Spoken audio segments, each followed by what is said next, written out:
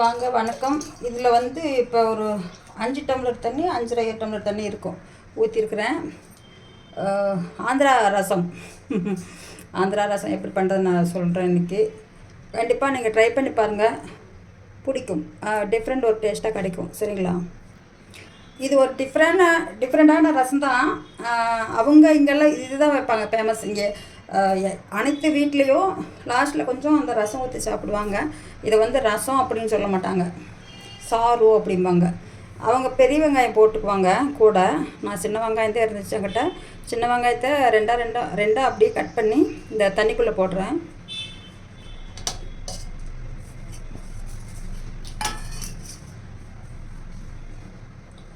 அதுக்கப்புறம் கொத்தமல்லி தெரியுதுங்களா? கொத்தமல்லி வந்து கொஞ்சம் அப்படியே இந்த இதில் மாதிரி போட்டு கொஞ்சம் ரெண்டாக வர மாதிரி 1-2 அப்படி இடிச்சுக்கோங்க லைட்டாக. ஒரு 2 ஸ்பூன் கொத்தமல்லி இருக்கும். நீங்கள் உங்களுக்கு எவ்வளோ தேவைப்படுதோ அந்த மாதிரி போட்டுக்கோங்க. நீங்கள் எத்தனை பேர்த்துக்கு ரசம் வைக்கிறீங்களோ அப்படின்ட்டு. நான் கொஞ்சம் அதிகமாக தான் வைக்கிறேன். அதுக்கு அடுத்து ஜீரகம் வந்து நீங்கள் தாராளமாக போட்டுக்கலாம், அவ்வளோ நல்லது. இது நிறையா இந்த மருத்துவ குணம் வாய்ந்தது. இது நீங்கள் கொஞ்சம் வயிறு வந்து உப்புலாம் இருந்துக்கிட்டு செரிக்காமல் ஜீரணமாகாமல் இருந்துன்னு வச்சுக்கலேன், இந்த ஜீரகத்தை வந்து தண்ணியில் போட்டு கொதித்து தண்ணியும் குடிக்கலாம். இல்லை நீங்கள் வெறும் இதில் போட்டு மென்று சாப்பிட முடியும் அப்படின்னா நீங்கள் சாப்பிட்டு ஒரு டம்ளர் வெதுன்னு தண்ணி குடிச்சிங்கன்னா டக்குன்னு அது குறையும். இன்னொன்றும் இருக்குது. இதில் வந்து நீங்கள் வாமிட்டிங், யாராவது காலையில் அதிகமாக வாமிட்டிங் எடுத்துக்கிட்டு அது கண்ட்ரோல் ஆகலை, ஆஸ்பத்திரிக்கு போக முடியாத சூழ்நிலை அப்படிங்கிற போது அந்த சீரகத்தையும் கொஞ்சம் லெமன் ஜூஸ் புழிஞ்சு ஒரு இது கொஞ்சம் பொடி பண்ணிக்கணும். லைட்டாக பொடி பண்ணிக்கிட்டு 1-2 தட்டி வச்சுட்டு எலுமிச்சம்பழம் சின்ன பழமாக இருந்ததுன்னா ஒரு அரை பழம் போடுங்க போதும். அரை பீஸ் போட்டிங்கன்னா போதும். அதை போட்டுட்டு நீங்கள் இது ரெண்டையும் கலந்து அப்படி குடிச்சிங்கன்னா அந்த வாமிட்டிங் வந்து டக்குன்னு நிற்கும். இதெல்லாம் ஆந்திராவில் நிறைய எனக்கு சொல்லி நான் பழகிக்கிட்டேன்.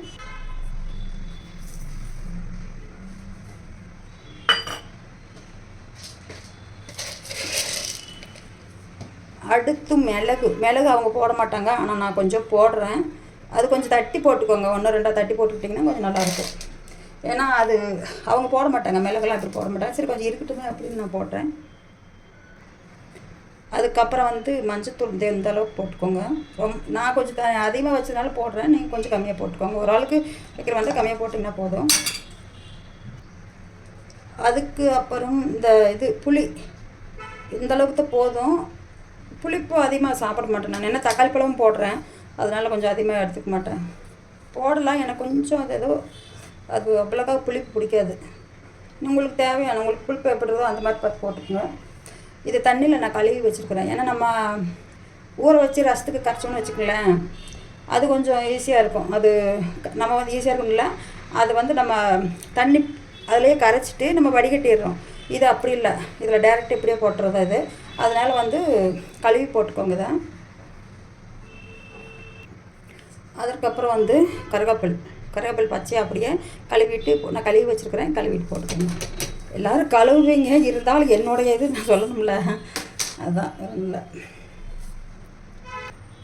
அப்புறம் வந்து கொத்தமல்லி தழை இதுவும் கட் பண்ணி கழுவி வச்சுருக்கிறேன்.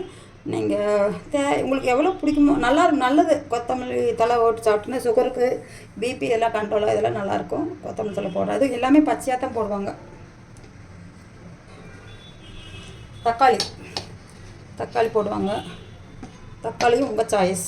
எனக்கு கொஞ்சம் அதான் வேறு தமிழ்காரங்க ஒருத்தர் இங்கே இருக்கிறாங்க, அதனால் அவங்க செய்யணும்னு சொன்னேன். சொல்லங்காட்டி சரி எங்களுக்கு சேர்த்து கொஞ்சம் கொடுங்க. ஆந்திரா ரசம் எப்படி இருக்கிற இங்கே செய்ய மாட்டாங்க. நான் இருக்கிற ஊரில் வந்து இது மாதிரி செய்ய மாட்டாங்க. நாங்கள் ஃபஸ்ட்டு வந்து ராஜமந்திரியில் இருந்தோம், அங்கே இந்த மாதிரி செய்வாங்க. தூர்ப்பு கோதாவரி ஜில்லா அப்படின்னா கிழக்கு கோதாவரி ஜில்லா. அங்கே வந்து இந்த கோதாவரி நதி வந்து ராஜமந்திரியில் போகுது, அந்த பேர். கொத்தமல்லி தக்காளி போட்டாச்சுங்களா? அதுக்கப்புறம் பச்சை மிளகாய் போடணும். பச்சை மிளகாய் தெரியுதா? பச்சை மிளகாய் எத்தனை போட்டுக்கிறேன், ஏன்னா இது காரம் இல்லை. எங்கிட்ட வீட்டில் இல்லை, வீட்டுக்காரங்கிட்ட போய் வாங்கிட்டு வந்தேன்.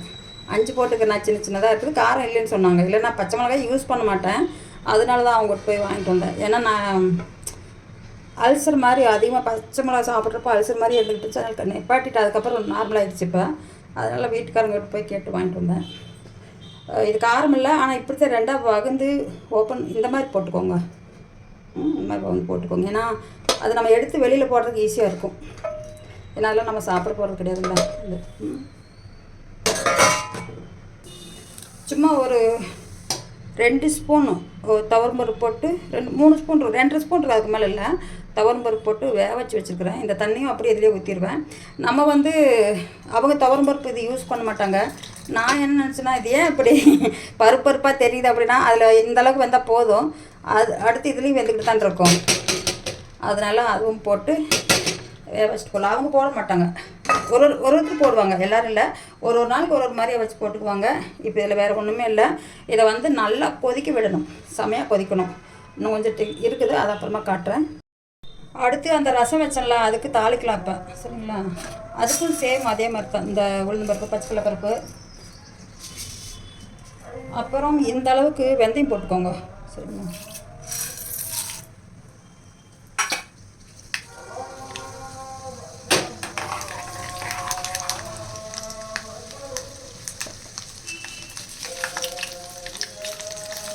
கடுகு, எண்ணெய் அதிகமாகிடுச்சு. அந்த அப்போ பாதி எடுத்து வைக்கணும்ப்பா. ஐயோ, இந்தா இப்படி எவ்வளோ எண்ணெய் ஊற்றிக்கணும். இப்போ தான் யோசிக்கிற, கொஞ்சம் எடுத்து வச்சிடுறேன், எடுத்து வச்சுட்டு காட்டுறேங்க. பெருங்காயம் கொஞ்சம் தாராளமாகவே போடுவேன். அவங்க போட மாட்டாங்க, தெலுங்காரங்க போட மாட்டாங்க. நான் கொஞ்சம் பெருங்காயம், இதெல்லாமே சுகருக்கு வந்தது, அதுதான் சொல்லுவேன். இதுக்கும் அதே மாதிரி வெள்ளைப்பூண்டு தட்டி தான் போட்டுக்குவாங்க. ஆந்திராவில் வந்து மேக்ஸிமம் வந்து எதுக்குமே வெள்ளைப்பூண்டு உரிக்கிறதா அந்த ஒரே ஒரு வரமிளகா தான். ஏன்னா அதில் பச்சை மிளகா போட்டிருக்குறேன், கருவேப்பிலை.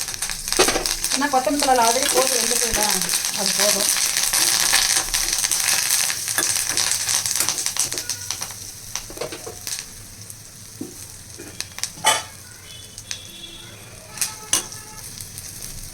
அவ்வளோதான், போதும். இந்த மாதிரி வரனால போதும். இந்த பட்டியில் அடுத்த பட்டிட்டேன், அது இங்கே இருக்குது. கையில் பிடிக்கிறது இருக்குது, அதை எடுக்காமல் இதை போட்டு.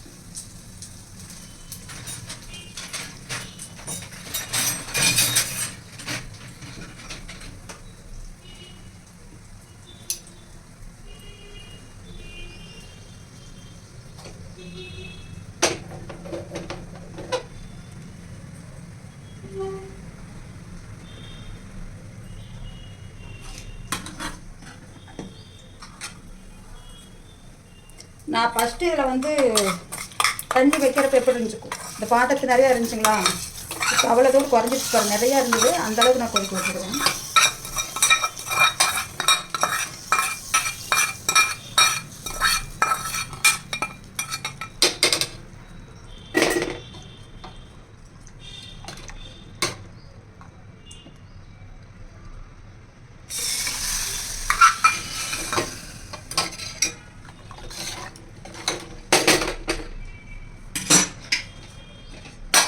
நீங்கள் இதில் இருக்கிற தக்காளி பழம் நீங்கள் சாப்பிட்ற மாதிரி இருந்தால் எடுத்து சாப்பிட்டுக்கலாம். வெங்காயமும் எடுத்து சாப்பிட்ற மாதிரி தான், கொத்தமல்லி எல்லாம் சாப்பிட்டுக்கலாம். இல்லை உங்களுக்கு அது பிடிக்கல அப்படிங்கிறபோது அதில் இருக்கிற எசன்ஸ் அப்படியே இறங்கியிருக்குதுல்ல. இந்த ஃபஸ்ட்டு தண்ணி இப்படி இல்லைல்ல, இதெல்லாம் இறங்குனதுனால இந்த கலருக்கு வந்திருக்குது. வேறு எதுவும் அதை அந்த வெந்து அதெல்லாம் இன்னும் ஊறிக்கிட்டே இருக்கும்ல, அப்போ வந்து இன்னும் நிறையா உள்ள அந்த விட்டமின்ஸ்லாம் இறங்கி இருக்கிறதெல்லாம். அதுக்கப்புறம் நாளைக்கு கூட ஊற்றி சாப்பிட்லாம். ரொம்ப நான் புளி போடாதனால ரொம்ப நாளைக்கெல்லாம் இருக்காது இது. இந்த தமிழ்காரங்களுக்கு கொடுக்கணும், தெலுங்குக்காரங்களுக்கு இல்லை, தமிழ்காரங்க ஒரு பொண்ணு இருக்குது, 2 பேர் கேட்டிருக்காங்க, 2 பேர்த்துக்கு கொடுக்கணும். சரி, அப்படியே பண்ணி கொடுத்துடலான்ட்டு ஒரு ஐடியா வந்து நீ பண்ணிட்டேன். பாய்ங்க, எப்படி இருக்குன்னு செஞ்சு பார்த்துட்டு 2 திட்டுங்க.